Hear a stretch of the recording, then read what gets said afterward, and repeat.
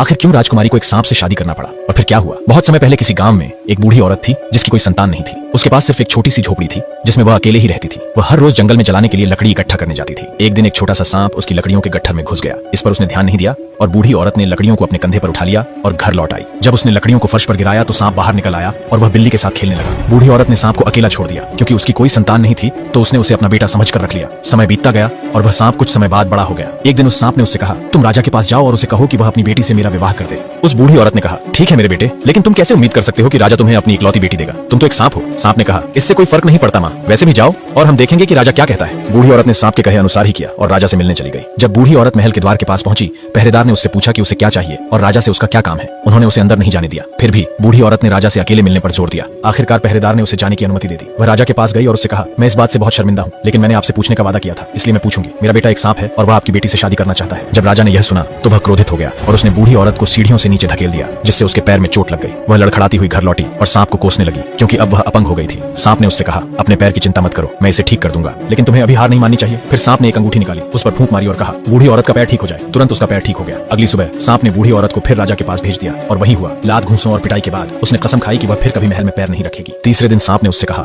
आखिरी बार फिर से राजा के पास जाओ और विवाह का प्रस्ताव रखो। बुढ़िया पहले तो अनिच्छुक थी, लेकिन सांप ने वादा किया था कि यह आखिरी बार है, इसलिए वह राजा के पास वापस गई। बूढ़ी औरत राजा के पास पहुंची और बोली, महाराज, मुझे अपने बेटे के लिए आपकी बेटी को पत्नी के रूप में लेना होगा, अन्यथा मैं बहुत बड़ी मुसीबत में पड़ जाऊंगी। राजा ने हंसते हुए कहा, मैं अपनी बेटी को कुछ शर्तों के तहत तुम्हारे बेटे को दूंगा। कल तक तुम्हारी झोपड़ी मेरे जितनी बड़ी महल बन जानी चाहिए। तुम्हारे दरवाजे से मेरे दरवाजे तक का रास्ता रेशम से बना होना चाहिए और 400 सेवक घोड़ों पर सवार होकर प्रतीक्षा कर रहे होने चाहिए, जो धरती पर मौजूद हर रंग के कपड़े पहने हुए हों। अगर तुम कल सुबह तक यह सब कर सकती हो तो मैं अपनी बेटी की शादी तुम्हारे बेटे से कर दूंगा। बुढ़िया ने यह सब सुनकर चली गई। इस बार उसे लात घूंसे नहीं मारे जाने की खुशी थी। उसने सांप को बताया कि राजा ने क्या कहा था और सांप ने कहा, बस इतना ही, सब कुछ समय पर तैयार हो जाएगा। जब आधी रात हुई तो सांप ने एक अंगूठी निकाली और उस पर फूंक मारी और कहा, बुढ़िया की झोपड़ी राजा के महल से भी बड़े महल में बदल जाए। हमारे दरवाजे और राजा के दरवाजे के बीच का रास्ता रेशम से बन जाए और हर रंग के कपड़े पहने हुए घोड़े पर सवार 400 सेवक हमारी आज्ञा का इंतजार करें। इतना कहते ही झोपड़ी एक भव्य महल में बदल गई। बुढ़िया और राजा के महल के बीच रेशम का रास्ता बन गया और 400 सेवक घोड़ों पर हर रंग के कपड़े पहने महल के चारों तरफ से पहरा देने लगे। जब सांप ने अपना काम पूरा कर लिया तो वह सोने के लिए लेट गया। अगली सुबह जब राजा उठे तो उन्होंने खिड़की से बाहर देखा तो एक बहुत बड़ा शानदार महल दिखाई दिया। यह देख राजा आश्चर्य में पड़ गए कि यह किसका महल है। उन्होंने अपनी पत्नी को बुलाया और उससे पूछा, क्या यह वास्तव में एक महल है या मेरी आंखें मुझे धोखा दे रही हैं? उसकी पत्नी ने उत्तर दिया, हाँ स्वामी, यह एक महल है। कल वहाँ एक झोपड़ी थी जो एक बूढ़ी औरत की थी। तब राजा को उन शर्तों की याद आई जो उसने बूढ़ी औरत से रखी थी और वे दोनों अपनी बेचारी बेटी के भाग्य पर विलाप करने लगे। अब उसे सांप से शादी करनी होगी क्योंकि उन्होंने अपना वचन दिया था और उसे तोड़ नहीं सकते थे। इधर सांप शादी के लिए उत्सुकता से तैयार होकर घोड़े पर सवार अपने सैनिकों के साथ चल दिया। राजा दुखी मन से राजकुमारी और सांप की शादी करवा दिया। विवाह संपन्न होने के बाद जब सांप राजकुमारी के कक्ष में गया तब राजकुमारी सांप को देख डर के मारे चिल्ला उठी। राजकुमारी के डरने से सांप अपनी त्वचा उतार दी और इतना सुंदर युवक बन गया कि वह पूरी तरह से अभिभूत हो गई।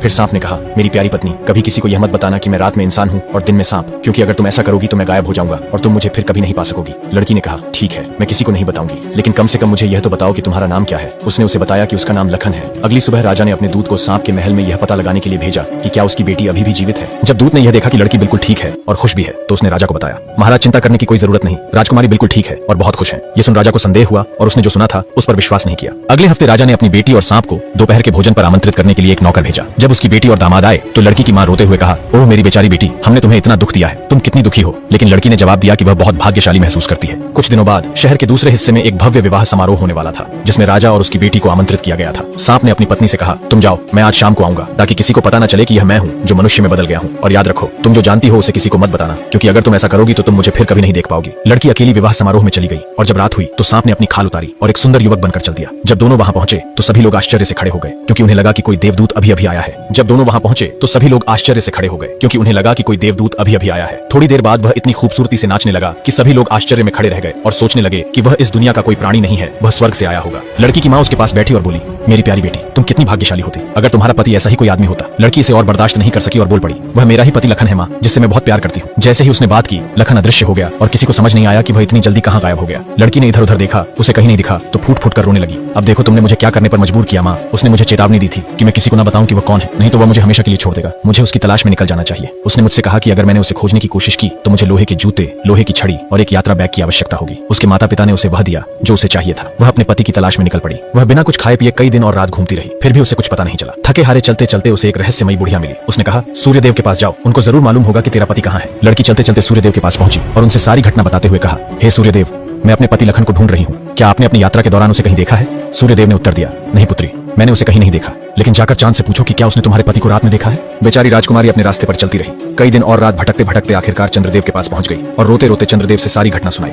चंद्रदेव भी उसे कुछ नहीं बता सके और उसे पवनदेव के पास भेज दिए। राजकुमारी हारे थके पवनदेव की तलाश में चल पड़ी। चलते चलते अपनी आखिरी ताकत के साथ किसी तरह पवनदेव के पास पहुंची और रोते हुए अपनी सारी बातें सुनाई। मैं लखन की तलाश में हूँ जो मेरे पति हैं। उससे गायब हुए बहुत समय हो गया है और मैं उसे ढूंढ नहीं पाई हूँ। पवनदेव को पता था कि उसका पति कहाँ है। उन्होंने राजकुमारी को अच्छे से भोजन कराया और कहा, तुम्हारे पति को समुद्र के पार कुलशेद नामक दैत्य ने बंदी बना रखा है। वह यहाँ से बहुत दूर है। लड़की ने उनसे विनती की, मुझे उन्हें ढूंढना ही होगा, चाहे वह कितनी भी दूर क्यों ना हो। मैं आपसे विनती करती हूँ पवनदेव, कृपया मुझे अपने साथ समुद्र के पार ले चले। पवनदेव ने कहा, मैं तुम्हें अपने साथ ले जाना चाहता हूँ, लेकिन मुझे डर है कि तुम रास्ते में गिर जाओगी, क्योंकि मैं बहुत तेज हूँ। लड़की ने उन्हें आश्वस्त किया कि मैं नहीं गिरूंगी, कृपया मुझे अपने साथ ले चलिए। पवनदेव को राजकुमारी पर दया आ गई और उसने उसे अपनी पीठ पर उठा लिया और कहा, मेरे बालों को पकड़ो और नीचे मत देखो, नहीं तो तुम्हें चक्कर आ जाएगा। पवनदेव ने एक तेज झोंका मारा और लड़की को समुद्र के पार ले जाकर एक झरने के पास छोड़ दिया। ये बेचारी राजकुमारी अभी आराम करने के लिए बैठी ही थी कि अचानक पहाड़ों से एक भयानक दहाड़ गूंजी। झरने के पास कुलशेद प्रकट हुआ और राजकुमारी को देखते ही खुशी से उछलने लगा। उसने राजकुमारी को पकड़ लिया और उसे अपने घर ले गया, जहां लखन को बंदी बनाकर रखा था। जब दैत्य ने राजकुमारी को पकड़ के अपने घर लाया तो लखन ने अपनी पत्नी को तुरंत पहचान लिया, लेकिन कुछ कहने की हिम्मत नहीं हुई क्योंकि वह कुलशेद से डर गया था। यह सुनिश्चित करते हुए कि कुलशेद को पता न चले, उसने अपनी अंगूठी एक जग में फेंक दिया ताकि राजकुमारी को पता चले कि वह यहाँ है, और यह काम कर गया। जब वह जग को धो रही थी तो अंगूठी उसके हाथ में आ गई और उसने तुरंत पहचान लिया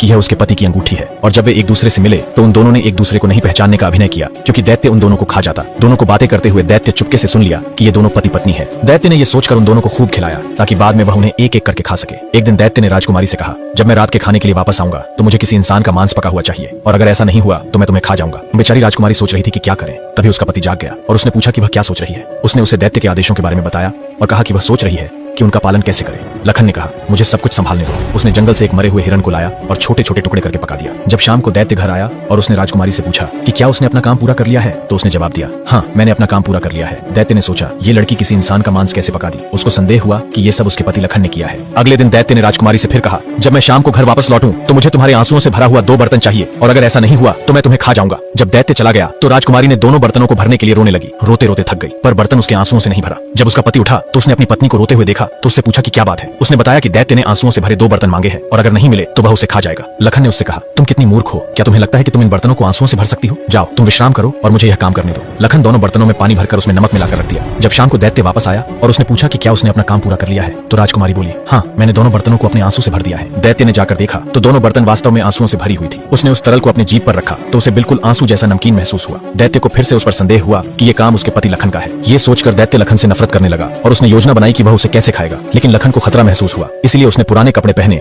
और दैत्य के जंगल में लकड़ी काटने चला गया। दैत्य ने जंगल में चारों तरफ लखन को खोजने लगा, लेकिन वह नहीं मिला। एक दिन जब दैत्य जंगल से गुजर रहा था तभी जंगल से लकड़ी काटने की आवाज दैत्य के कानों में पड़ी। भागते हुए उस आदमी के पास आया और गुस्से में उससे बोला, मेरे जंगल में लकड़ी क्यों काट रहा है। उस आदमी ने बोला, हे दैत्य महाराज, मैं एक गरीब आदमी हूँ और एक युवक के लिए ताबूत बना रहा हूँ जो अभी अभी मरा है। दैत्य ने पूछा, वह युवक कौन था। आदमी ने बोला, एक बहुत ही सुंदर लड़का था, बिल्कुल किसी राजकुमार जैसा, और उसका नाम लखन था। जब दैत्य ने सुना कि लखन मर गया है तो वह बहुत खुशी से उछलने लगा और उसको बिल्कुल संदेह नहीं हुआ कि जो आदमी लकड़ी काट रहा था वही लखन है। आदमी ने पूछा, क्या तुम उस लड़के को जानते हो कि कैसे उसे बंदी बनाकर रखा था। दैत्य ने उससे बात करते करते ताबूत के अंदर चढ़ गया। जैसे ही दैत्य ताबूत के अंदर चढ़ा, लखन ने तुरंत ताबूत को बंद कर उसमें आग लगा दिया। जब उसने ये सुनिश्चित कर लिया कि दैत्य जलकर राख हो गया है तो वह घर लौट आया और अपनी पत्नी से सारी बातें बताई और फिर उन्होंने अपना सारा सामान लेकर खुशी खुशी वापस अपने महल चलाए। दोनों महल में खुशी से रहने लगे और लखन जो कभी श्राप के कारण सांप था अब वो इंसान के रूप में आ गया। दोस्तों ये कहानी आपको कैसी लगी कमेंट बॉक्स में जरूर बताएं और अपना बहुमूल्य समय देकर पूरी वीडियो देख